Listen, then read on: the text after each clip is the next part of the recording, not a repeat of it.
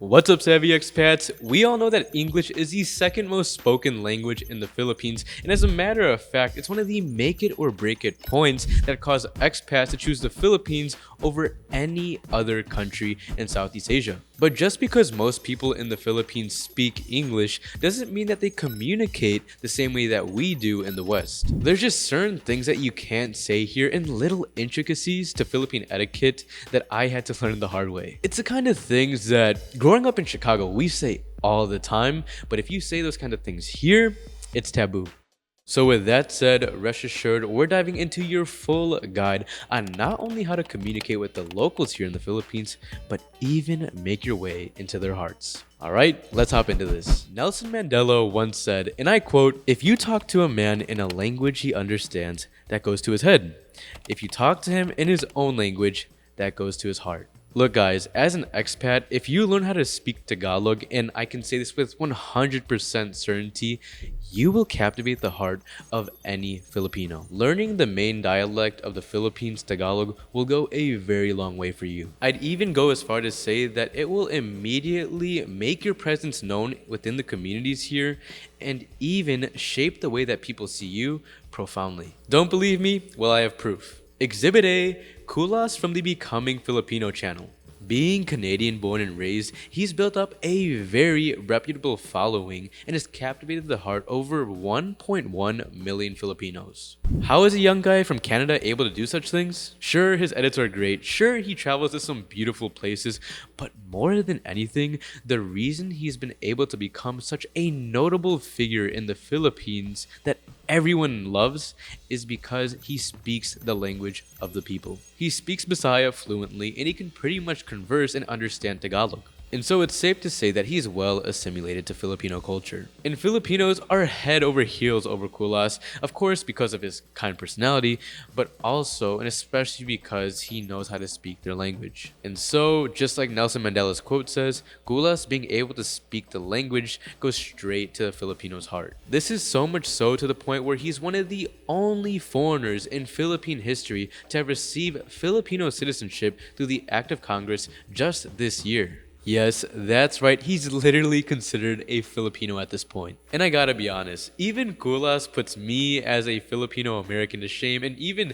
some of my local friends to shame, being that he really immerses himself into the culture of the Philippines, so I really admire the guy. Now I get it. You probably know just as much Tagalog as I did when I stepped off that plane 4 years ago. All you know is kuya, ate, and probably a couple of cuss words. So that may lead you to the question, Evan, how can I effectively communicate with the locals if I have still yet to learn the language? Well, you have the same dilemma as I did when I first arrived. Let's be honest, even as a Filipino American, learning Tagalog for us in the US is practically useless. Though Filipino, my parents are born and raised in the US as well, so though they can speak the language, they're by no means fluent. I personally had to learn the language myself by being immersed in the culture and being around Filipino friends 24/7 and even watching teleseries episodes at night when I can. And though the corny jokes and the awful acting was painful to watch, it was well worth it in the end. Why? Well, I can get around so much easier, I can join in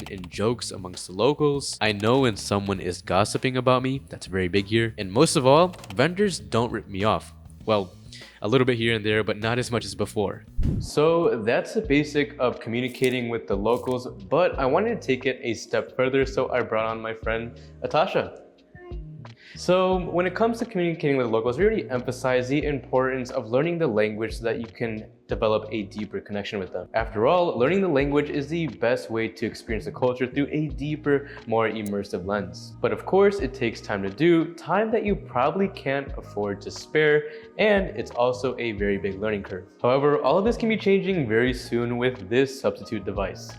So itong product na to ang tawag ay TimeKettle WT2 Edge, and ang kiniklaim ng product na to ay kaya niyang i-break ang language barriers effortless in real-time translation.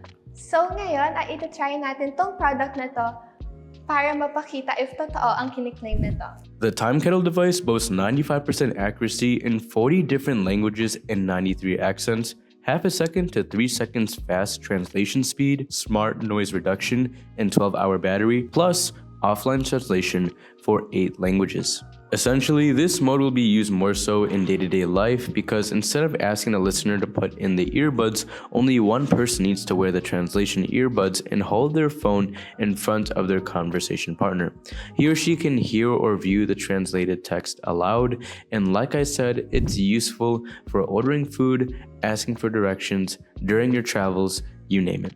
This device has 3 modes: the simultaneous or the simul mode, the listener mode, and the speaker mode. But today we'll mainly be testing out 2 modes, the simul mode or the simultaneous mode and the speaker mode. Alright guys, so here we are in the TimeKettle app. Make sure you go download it on the App Store first. And we connected the Bluetooth to it.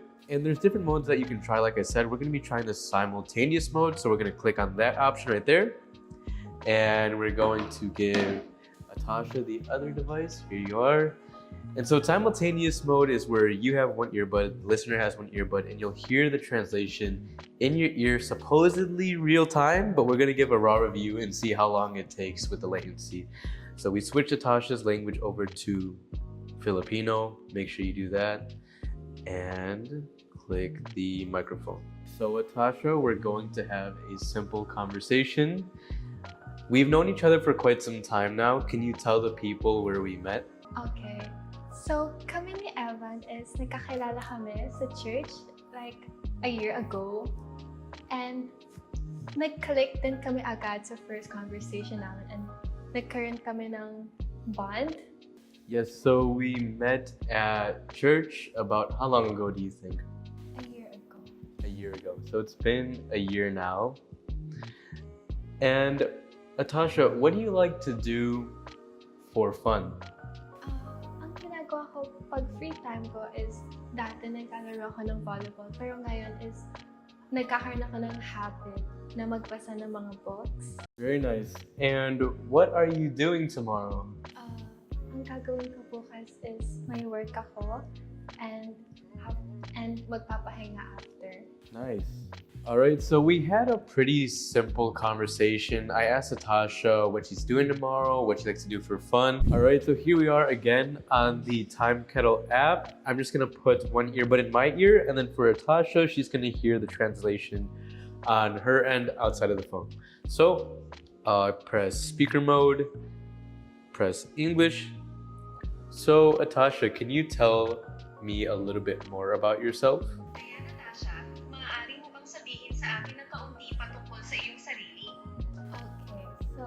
Ako ay 5'6", and yung zodiac sign ko is Sagittarius, and I live in Makati.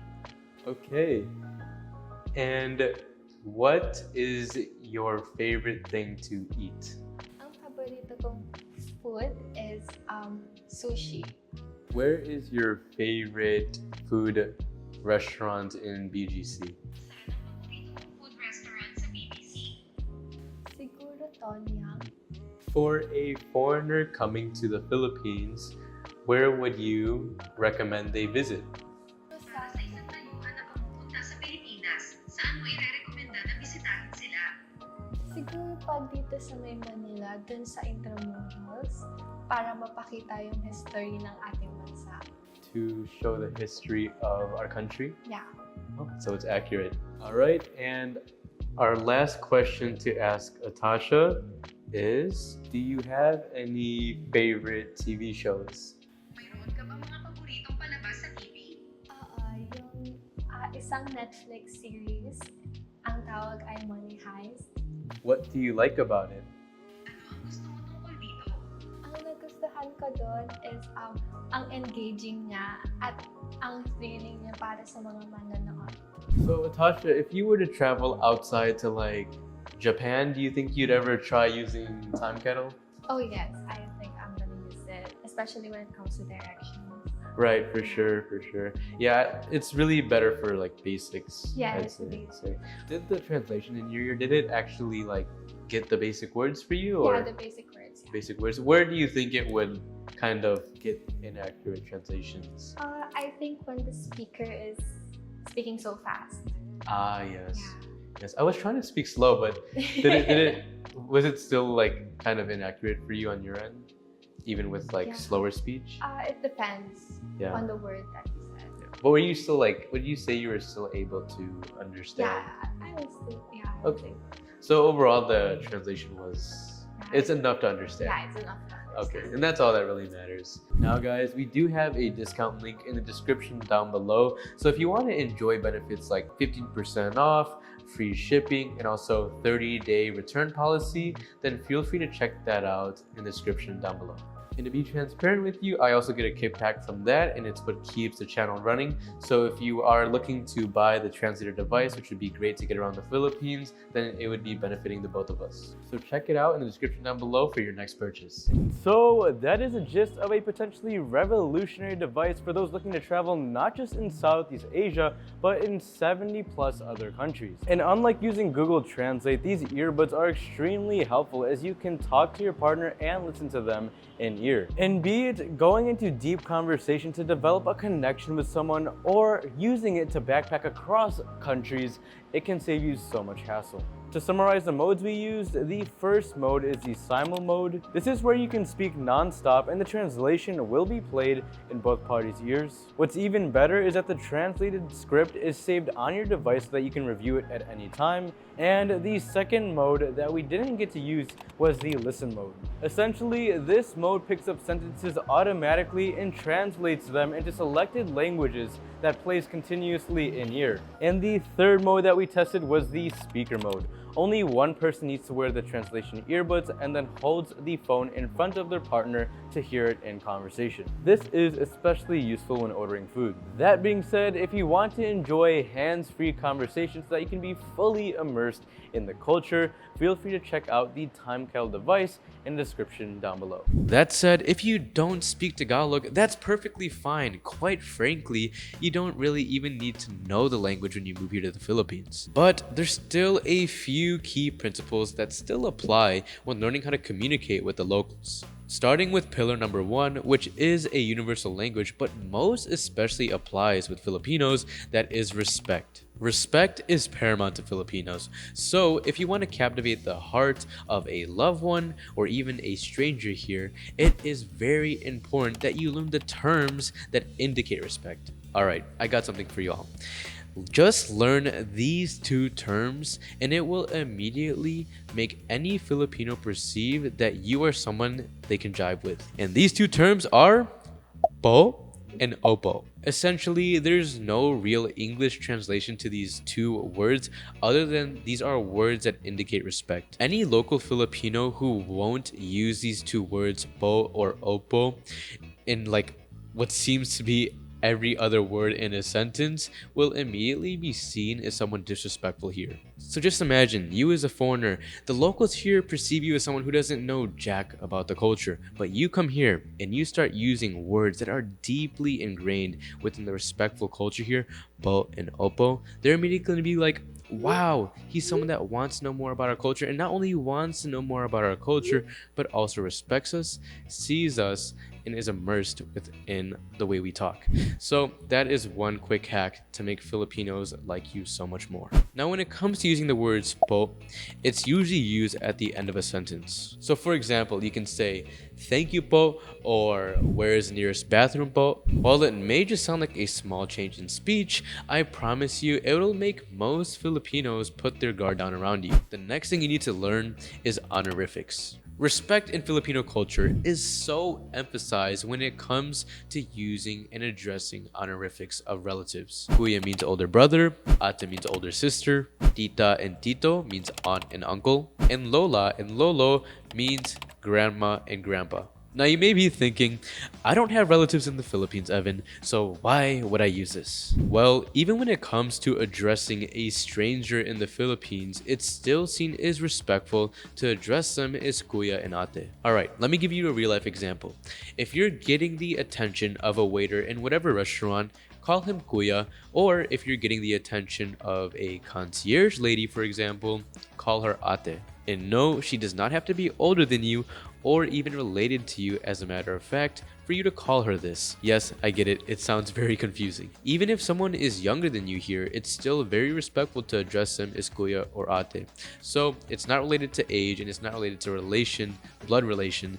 It's really just about using it as a term of respect. But whatever you do, if there's a lady older than you, do not call her Lola. She'll be gravely offended and will probably think that you're calling her an old lady. And even if she is, just don't call her that. Now, let's disclose the second way that Filipinos tend to communicate. It's important to note that most Filipinos tend to communicate passively and indirectly compared to most foreigners. And it's interesting to me because although locals often beat around the bush here when it comes to business or even just daily conversations, they're also very straightforward at times. What do I mean by this? Well, it's part of Filipino culture to be polite. Dare I even say excessively polite to the point where they really go out of their own way. Alright, let me give you an example. Say I'm asking a grocery store clerk where a certain item is, and in the back of their mind, they don't really know. Well, they'd rather point me in a random direction than just tell me plain out they don't know where the item is. This is because in a way it's shameful for them to not give you any answer at all. And oftentimes, and I know you guys can probably agree with me if you ever lived in the Philippines, a very common cop-out is to say out of stock po, even if they didn't check. And don't get me wrong, this is not something that I'm really complaining about, and it's not something that I'm deeply pissed over every single day.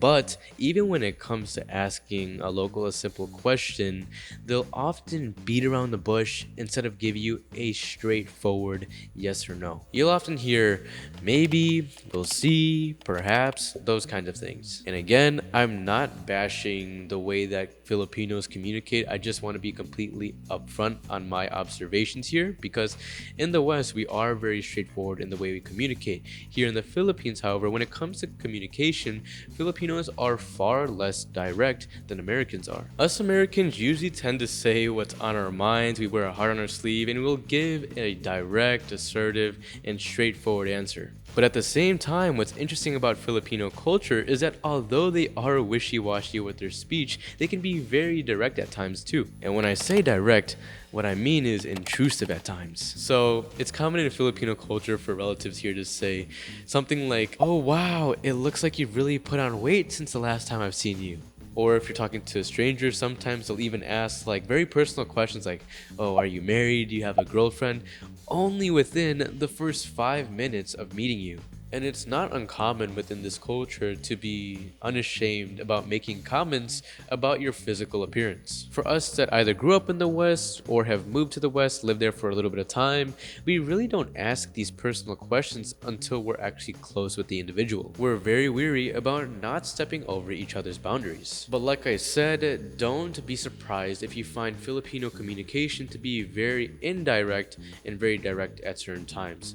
All in all, the whole culture revolves around politeness. And I'll just say it like it is, in my personal experience, and this is what I've seen in my observation, it's very common in Filipino culture to want to save face. So oftentimes, you don't know who the true person is and what their personality really is like until you know them for a considerable amount of time. Don't get me wrong, most Filipinos are incredibly genuine. But just like any other country, you'll find that there is that small group of people that will smile in front of your face 1 second and then in the next gossip about you behind your back. And another thing that a lot of expat channels don't talk about, but I've personally observed, is that when it comes to explaining things and talking about things with a local, a lot of the time it's not uncommon for it to fly over their head.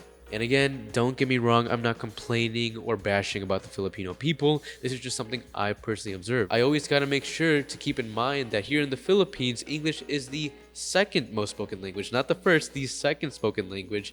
So for me, I find it incredible in and of itself that most Filipinos are bilingual. But oftentimes when it comes to talking with a local, many requests that you make will fly over their head. Yes, most Filipinos understand English, but a lot of you expats who've lived here can relate to me when I say that one moment you're speaking English to a local, they're nodding their head as if they understand, but it really is just flying over their head and it doesn't register register. And that's fine, honestly. Like, we won't complain about it, just really explain it again and walk them through the steps that you're talking about. Let's say, for example, you're asking for directions. Sometimes they'll nod their head as if they understand, but really they just point you in the wrong direction because either they don't know or they did not register. Or let's say that you're doing business here and you're giving orders or requests to an employee. They'll say that all of it is noted in their head, but really 80% of the requests that you made really wasn't comprehended by them. So this is what I mean. A lot of Filipinos will be shy to ask you to say something again or have you explain it again if they don't truly understand or comprehend it. With the hiya culture or embarrassed culture of the Philippines, a lot of Filipinos rather would just say that they know what you're talking about when they don't, and then later just have to go on with the hassle of redoing something. That's why it's important when working with someone here, walk them through everything that you have in mind. I hope I'm making sense here. Like I said, I'm not hating on the Philippines for this, I'm just giving my observations. Most Filipinos are indirect communicators, while most Westerners are very direct with their communication. So even at times, you as a Westerner who's used to being very direct and straightforward with your communication can come off and be seen as rude in this kind of culture. And as you know, in the West, we don't beat around the bush and we say what we mean. Most of the time, it's a simple yes or no that we give. And lastly, if you really want to get along with the Filipino, be open to trying the food. Filipinos' love language is through the stomach. So if you insist on trying out the food and the diverse cuisine that we have here, they'll really love you for that. So ayun, sabi expats, ayun yung pakikipag-communicate sa local sa Philippines 101. We hope that this video gave you a better idea of how to go about social settings in this country. Filipinos are some of the most social people out there, willing to have a conversation at any time. So if you truly immerse yourself in the culture and make connections here, it'll make your life so much better. So salamat sa panonood, sabi expats, and magkita ulit tayo sa susunod na video. Thank you.